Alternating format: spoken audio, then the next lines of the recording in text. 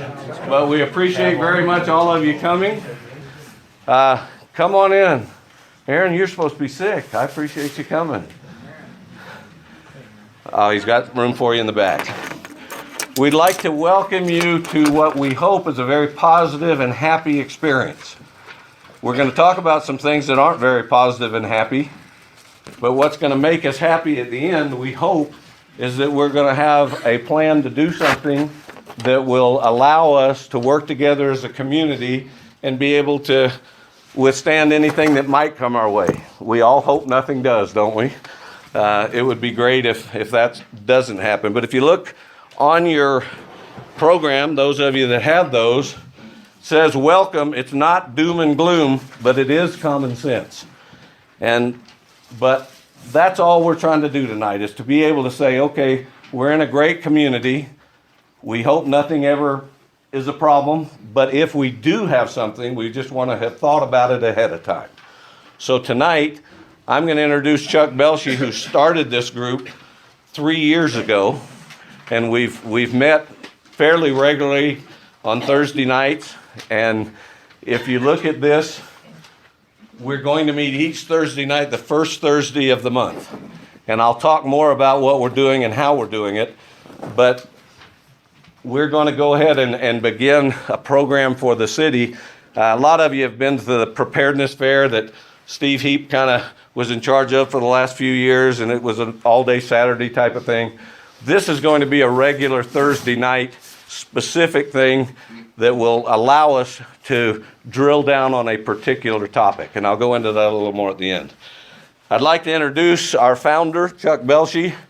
I've known him longer than anyone else since high school, longer than my wife, longer than virtually anybody. I met Chuck 45 years ago, and he was in California, and I was there, and he was a narcotics officer.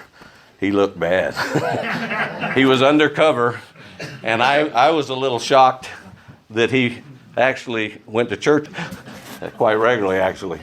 But we got to be good friends, and back when he had 4 kids, and the oldest one was, I think, 10, and the youngest was 2 months old, and he continued on and had a lot more kids, and now grandkids, and on. But Chuck has always put his heart into everything he's ever done.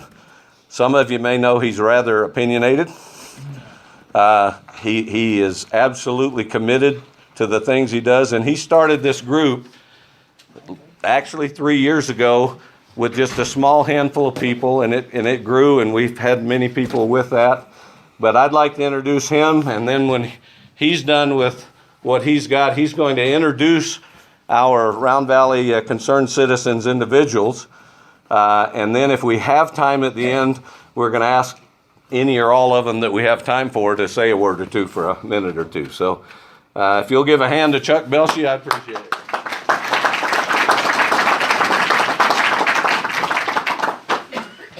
Well, it's really heartwarming to see so many people here. We're used to having about anywhere from 6 to 12 of us here on a Thursday night.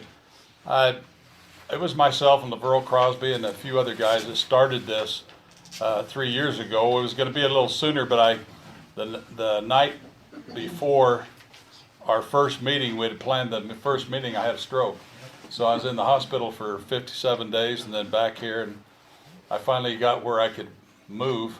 And so we came down and started having our meetings. And the purpose, at least in my mind, for this was to hopefully wake people up to the awful circumstances that we find ourselves in.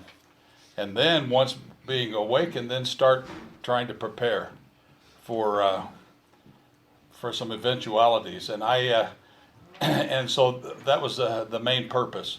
And so a couple of weeks ago, we've been in here, and we talk about water, and we talk about food, and we share ideas, and we share those kinds of things. But I just, about a month ago, Chip and I and Steve Heap, and we began talking, and it just seemed like we were just meat eating and retreating. And so I wanted this to really take another step forward, and I think that's what we've done here, is we have taken a step forward and try to prepare the communities. To me, Round Valley is one community, and that may not set well with everybody, but that's all it is. It's a community, and we need to work together And if something, we'll talk about an isolation event, if that happened, we'd be one community at that point. And we'd be very dependent on each other. And so I think preparation, it's a big task that we've taken on here. And I hope that we can get everyone here interested in helping out in this task and trying to get as many people prepared to survive as we can. And then see if we can't establish something where we can take care of other people that aren't prepared. I just wanted to mention the people that have been coming very often. I talked about Lavero Crosby and Darville Nelson has come, Glenn Wilson, Nolan Udall, Winslow McNeil, Steve Heap, Jim Tiemann, Monica Bonick, George and Sherry Pitchell, or Peichel, I guess it is, huh? Sorry, but George. Stan and Phyllis Saminsky, Ed Frankham, and Bob Hyatt. Bob has got a world of information. He's got every little gadget or thing. He always amazes me. He even has a bidet that he made. And so, you know, if some of you really want to be clean, well then, I'm telling you, Bob's your man, and he'll get you set up. And so with that, I just hope that you enjoy the presentation that Chip has put together here. I've seen it a few times, and so, but I think that there's a lot of good information. But really, it's about I'm thinking by the fact that you're here that you're awake, and that you realize America is not what it once was. The world isn't. And so, anyway, I'll turn the time over to Chip. Thanks. Well, we've never one time in our history clapped for anything, so that's a good thing. I think what Chuck has said, we all know that there's some potential possibilities out there. We're going to talk specifics, and we're going to show 4 short, approximately 5-minute videos. You on your sheet, there's exactly how long they'll be, but we'll have about 20 minutes. I for sure want all of you to know that we hope and pray and expect that we won't have to deal with any of this. I mean, I have 17 grandchildren, and so we want to have them live out their lives till they have grandchildren. But we live in such a world today, and someone said we aren't living in the same world that we were 10 or 15 or 20 years ago. It's just a completely different kind of thing, and most of us don't really deal with it on a day-to-day how it's different, because this is the best community I've ever lived in. And it's been home. We've been coming back here 2 or 3 times a year for 40 years, and then finally we moved here 2 years ago. And so I love it. But I don't want you to be depressed, although a couple of these videos that you see might have that effect on you. It's possible. But when we're done tonight, I think you're going to feel very comfortable and very glad that you were here, because what we want to do is just have some preparation and to literally be able to identify and respond. We're going to play for you right now 4 videos. The first one, hopefully all of you in here have seen already. It's the 4-minute video from Ted Koppel, and so whatever you'd like to do there. So the second one that we show is basically an overview of how our world is different today and what's going on in it that we may not have had to deal with in the past. And so as we're together, that one will give you kind of an overview. And then we've got 2 previews of National Geographic programs that I hope some of you see. I know 1 or 2 of you have seen it, but more than likely you haven't. One of them is an hour and a half, and the other one is a half hour. We're going to show just a couple of minute preview. So we'll go ahead right now, if you'll do those, and then... But what if terrorists go after our power grids?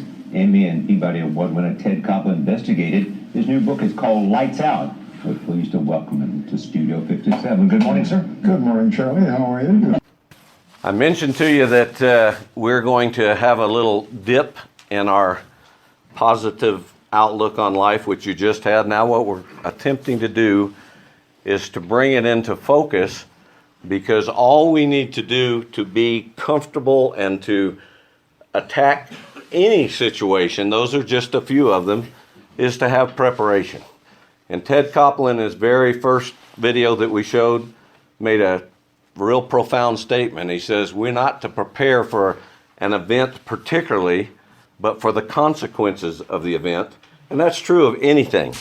Basically, as we go through, you can look at a number of different potential things that could affect us. And we're not trying in any sense tonight to get you depressed or to walk around thinking, oh, you know, this is a bummer. My wife and I have this conversation quite often, that she thinks that I bounce everything off of her, and so she doesn't like hearing it half the time. I don't like hearing it half the time. But what I do like is the opportunity to think ahead and to literally plan for an isolation event. If anything happens in the rest of the world, there's nowhere on this planet that I would rather be than Round Valley. I think we have a tremendous community, and we shouldn't go around bummed out or anything else. But the one thing that Ted Koppel said that I think is true at every level, we went to the police, the mayors, the DPS, to the sheriff, and we ask at every place, what's the plan if something happens for an extended period of time? And you know what that plan is, right? There is no plan. And so what we need to do is just say, rather than be concerned and bummed out and everything else, is just develop something to be able to say, as a community, we can respond to anything, and then we can go about our lives and hope that our grandchildren never have to deal with any of this. Well, what I want to do is just go through these areas real quickly and isolate for you, in case you didn't center in on it, a little bit about each of these areas, and then, most importantly, talk about where do we go? How do we pull together and solve some of these things and make sure we can continue our lives as normal and not worry about things? Now, possibly the greatest threat in America today is apathy. I'm not talking about Round Valley. If you think that the world, and I personally do believe that the greatest threat in the United States of America is people not paying close enough attention. And I don't know where you've come down on that, but that is not the problem here. The problem in Round Valley is it's a normalcy bias. It basically is a mental state people enter when facing a disaster.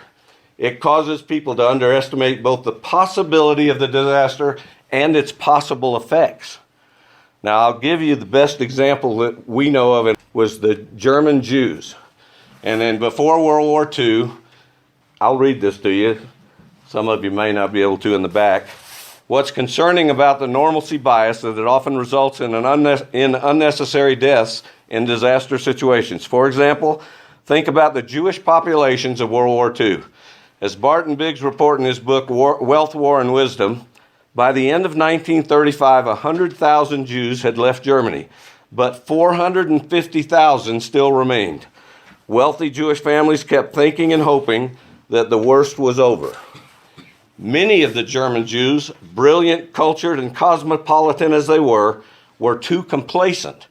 They'd been in Germany so long and were so well established, they simply couldn't believe there was going to be a crisis that would endanger them. They were too comfortable. They believed the Nazis' anti-Semitism was an episodic event and that Hitler's bark was worse than his bite. They reacted sluggishly to the rise of Hitler for completely understandable but tragically erroneous reasons.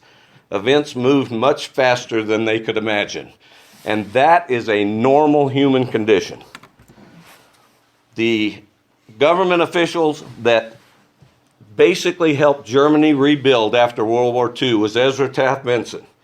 He made the statement, too often we bask in our comfortable complacency and rationalize that the ravages of war, economic disaster, famine, and earthquakes cannot happen here. Those who smugly think these calamities will not happen, that somehow they will be set aside because the righteousness of the people, are deceived and will rue the day they harbored such a delusion. This is the last slide that should bum you out really bad. The executive director of the Congressional Task Force on National Homeland Security said, a long-term national power outage could result in the deaths of 30 million people in the first 30 days. That's pretty strong coming from that. And then if it lasts 12, it could wipe out 90% of the population, over 300 million people. Country is in crisis financially. We are over $18 trillion in debt, and last Friday it passed 19 trillion. Okay? You've heard that number, right? Do this if you have. But the reality is, David Walker, the former U.S. Comptroller General, said it's really 65 trillion. The 18 trillion, 19 trillion is what we've already borrowed. That's what's on the book that we have to pay back. But the unfunded liabilities and promises of this country, including the current Social Security recipients, the current pensions, we're not talking about if you're a young person and somewhere down the line you're going to retire. We're talking about those today that are already being at 65 trillion. Do you have any idea? The income of America is just over 3 trillion a year. The interest on 65 trillion would be 3.5 trillion. So if we borrowed the money to pay the current debt, which we're short, then we would spend every single penny that America brings in on the debt interest, not the debt. Every nation in the history of the world that has ever gotten close to where we are today has experienced hyperinflation. Brazil's a good example. I have a real close personal friend that I met in 1990. He came from Brazil. In 1980, he took over his family shoe business. It was an international company, and they had 100 million real, which was the equivalent of 25 million US dollars. And when he took it over, he was real active, great businessman, great guy. But in 1990, when I met him, what was $4 to $1 was $100 million to one US dollar. He had $1. And yet he lost it to inflation. He didn't do anything funny. He just lost it. Just another interesting example. Zimbabwe in 1998 could buy a Coke for $2 of their dollars. In 2008, 10 years later, it took 100 trillion. So that's inflation.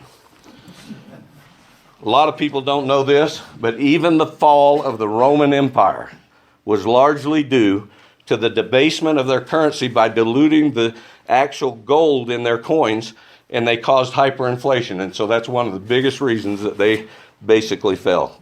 Their military would get paid, but they knew they couldn't buy anything.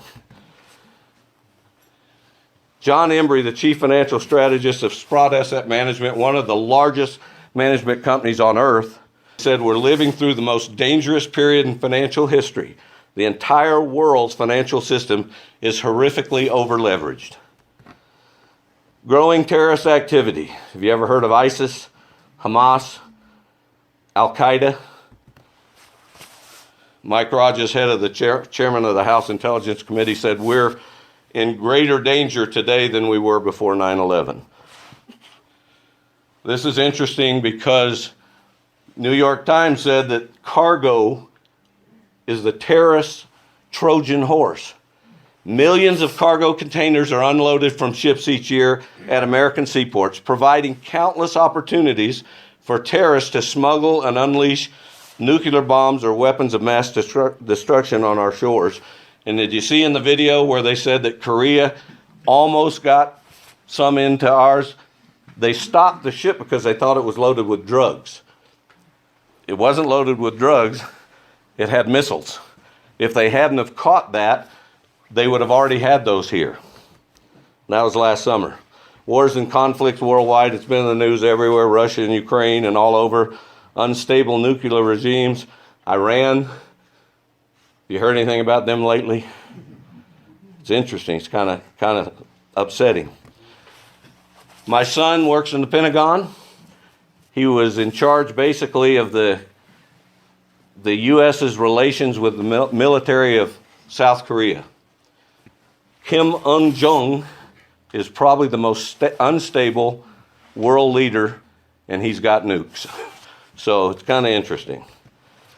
Electric grid attacks, I think we've learned a little bit about that. Electromagnetic pulse, solar flares, and nuclear weapons. The solar flares, we almost had one here a little while ago. Did any of you hear about that? It was interesting. If it's directly aimed at Earth, it can overcome the magnetic field. And there are also weapons. You saw that. Now, I encourage everyone in here to go and watch this and that. Go under videos and you can see all that you saw tonight and the full versions of these. One's an hour and a half and one's a half hour. It would be very informational to you. I think you would enjoy it. Now, we're going to go back in history and we're going to start solving this. January of 1776, Thomas Paine wrote a booklet called Common Sense. Raise your hand if you've ever heard of that. But look what he said. He said, I offer, and this is when the colonies were really leading up to being truly dedicated to leaving and doing the revolution and becoming their own country. It's interesting, historians credit Thomas Paine for getting the entire colony's mindset right to make this happen. But he says, I offer nothing more than simple facts, plain arguments, and common sense. Now that's our objective tonight. Not to scare anyone, not to be doom and gloom, but to particularly address the fact that if we use common sense, we can solve some things. Now, if you look at this, this is the United States Capitol. Chamber House of Representatives. And right there, in big, bold cut letters, it says, In God we trust. As a country, do we? Do you think that that is more likely or less likely than it has been? We are so far removing ourselves from that. Now, this is not a religious-oriented meeting of any kind. We don't. But I want to show you just something real interesting. On our website, we have the Pope, we have Billy Graham's daughter, and we have LDS leaders. The Pope made a very interesting statement. I don't know if you can read that, but it says, use intelligence to understand what's going on around you. He said that God gave us natural talents. Now, we're a Judeo-Christian nation. We were founded on that. The principles that we're founded on are good, solid, right principles. Well, if we use our intelligence to do that, it'll serve us well. Billy Graham's daughter basically said the same thing, and the key message here, I think, regardless of religious area, this is common sense. We live in turbulent times. Often the future is unknown. Therefore, it behooves us to prepare for uncertainties. When the time for decision arrives, the time for preparation is past. So what can I do to prepare? Now, this is why you're here tonight. I hope we got your attention a little bit. It was designed to, it affected me. Did it affect any of you? But what can we do individually and as a community? And that's our objective. Well, they're both the same thing.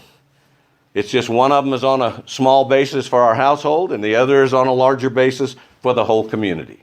And we've looked at this in the past. The first thing is to evaluate the risk. Do we believe that there really is a risk? I don't mean that it's going to happen, and we're not promising, we hope to goodness that it doesn't happen. But is it a true risk? Okay, is it real? And then after you've done that, then you have to prepare yourself mentally to accept that. You evaluate it, but you can turn your back on anything. I've done that many times. But you have to literally, mentally accept it. But then there's one more step, and this is not religious. This is commitment internal. You can know something, you can believe it, but to prepare yourself as a commitment to do something about it is a whole different thing. And this is where, as individuals and as a community, we just have to say, okay, we accept it, yeah, it's there, but are we going to do something? From there, we have to prepare physically. That's not just our physical selves, but our physical surroundings. We have to make some things happen that will allow us to be prepared for pretty much anything. After that, you just have to develop a realistic plan to be able to say, okay, this is what we're going to do, 1, 2, 3, 4, 5. Most of all, you've got to be optimistic. If any of you leave here tonight and just go home all bummed out and all depressed and all that, then we have totally failed our objective. What we want to do is be excited that we're going to be in process to be able to meet things. And then lastly, to help other people. Because it's not enough for this room. I'll bet you if we were to have you raise your hand individually, every one of you in this room can mentally accept that there's a risk there. Does anyone want to leave that doesn't think there's a possibility we could face some serious challenges? But once we've done all that, then we also have to help some other people, because here's the deal. Most of you in this room are preparedness minded already. A little bit of preaching to the choir. You're already, in a sense, saying, yeah, and you've got this stuff. But I suggest to you that half of our community do not. They are not prepared. They're not in a position financially. They're not in a position mentally, or they just flat don't want to. If something were to ever happen of any magnitude like we're talking about, we better ahead of time think of some type of plan that would allow us to be able to take care of those who weren't prudent. Now, I've seen it both ways. There's a parable in the Bible of the bridegroom showing up, and half the people had their lamps full and the other half didn't. And so the ones that didn't went away. But there's also many, many examples and teachings of helping your neighbor and being able to provide for. And let's face it, there's not a person in here that hadn't been dumb a few times in their life and really messed some things up. So what we really want to do is make sure that we're in a position as a community and as people. If you can prepare and have a little extra to share, you will absolutely be happier. But even more than that, as a community, we need to come up with a plan that says, okay, we've got to be able to overcome this. And they suggest it could be months or even years if we have some of these catastrophes. We've got to be able to go out and plant and do all kinds of things to support all of us. Very few people have a 10-year supply of food in their basement, so who knows what we'll be up against. But here is our plan. We, as a group, and I'm going to just quickly go through this because we're almost done. We're going to cover in our meetings, this is a monthly meeting topics, short-term necessities. Food, water, food, fuel, communication, law and order, and cash. Why do we have law and order on there?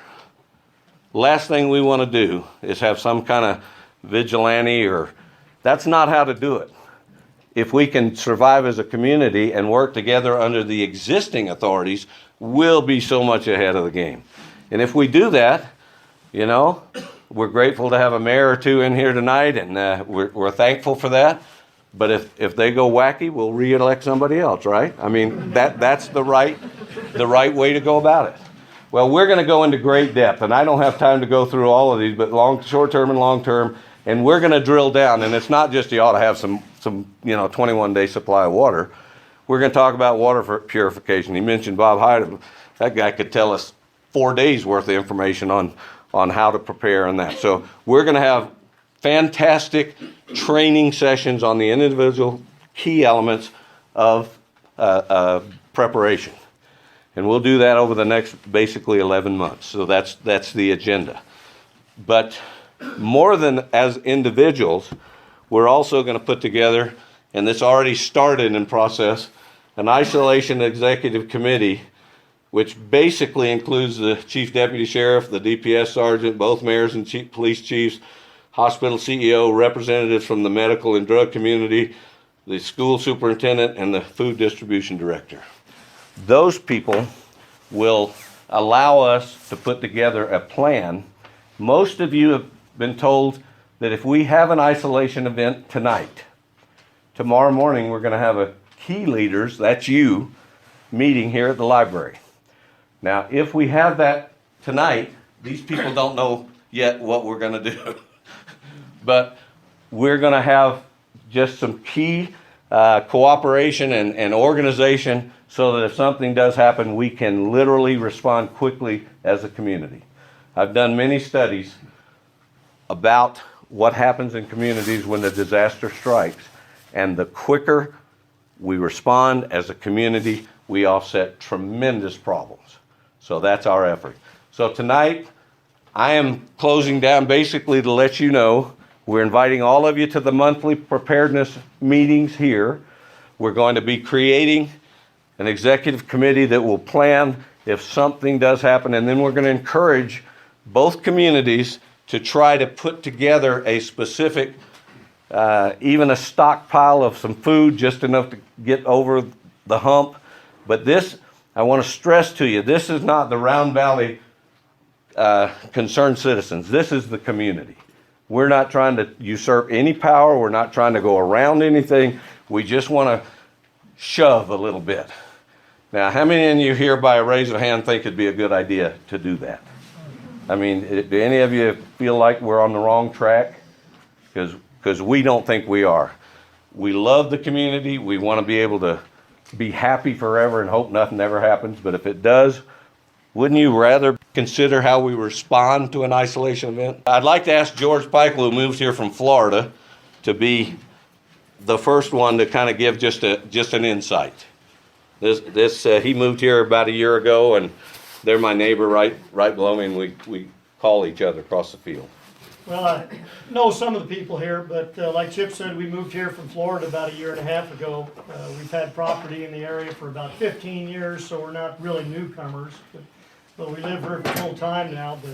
But as he said, we came from Florida, and before that we lived in South Louisiana, and I got transferred to South Louisiana just in time for Hurricane Andrew.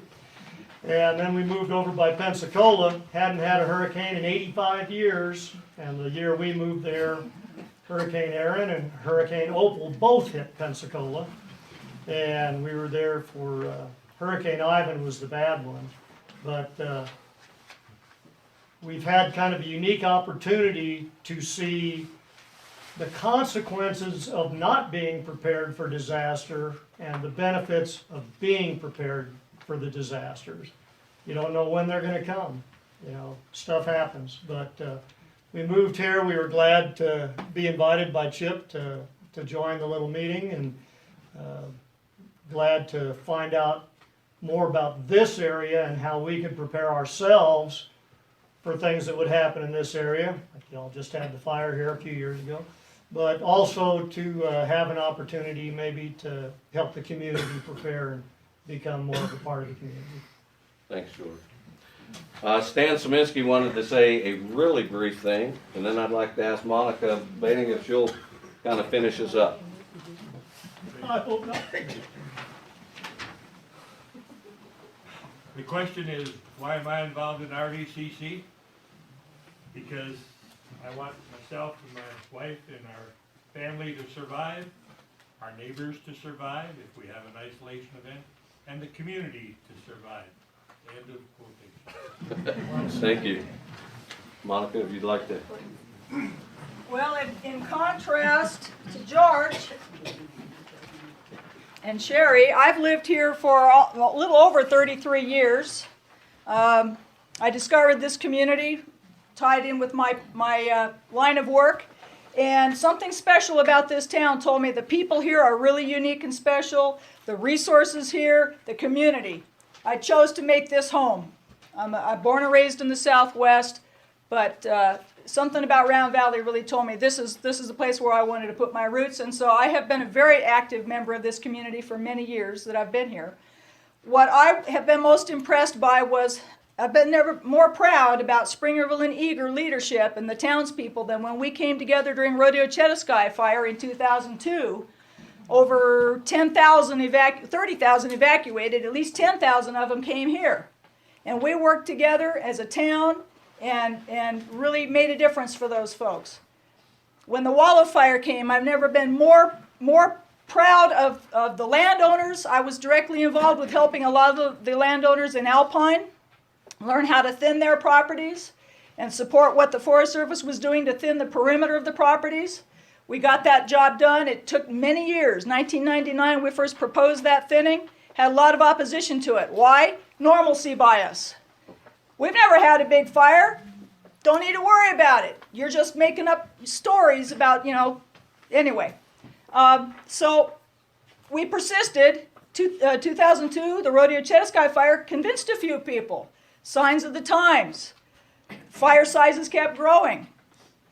We persisted, got the thinning done. It took years, and we were just about done before the wall of fire came. It wasn't a perfect job, but it was good enough. And that taught me a lesson. You don't have to be perfect at everything you prepare, but if you do good enough and you don't wait and you take action soon before time runs out, it'll be good enough. And I was very proud that it was a community effort. It was a combined effort between the thinning on the Forest Service land, combined with the thinning that the private landowners did, combined with aggressive firefighting. That's what made the difference. And I really want to see these two towns, the nation, the state, other authorities don't have a plan, but these two towns in this community, we ought to have a plan. And I think we can do it. A lot of my friends and neighbors I've talked to about this, they say, well, we can hunt, we can fish, we've got the river right on the edge of town, we've got firewood in the forest. But do you know how to purify the water that comes out of that river? Do you know how to, do you know how to grow enough food to get past one winter, one season? A lot of us do. A lot of us don't. We can work together to teach each other. There are a lot of really good, decent people in this community with a lot of various different broad range of skills and talents and knowledge. And I think we can pull together to really make a difference. Thank you for coming. Thank you. You think she's committed to any of this? Well, I'd like to personally thank all of you for coming tonight. It's been a really nice event.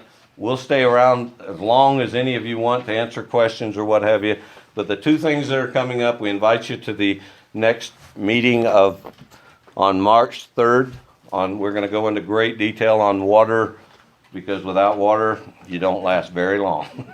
More importantly, let's get ourselves and our community in a preparedness-minded situation so that we don't have to be bummed out or doom and gloom or any of that stuff. I promise you, if we are prepared, we don't have to fear much of anything.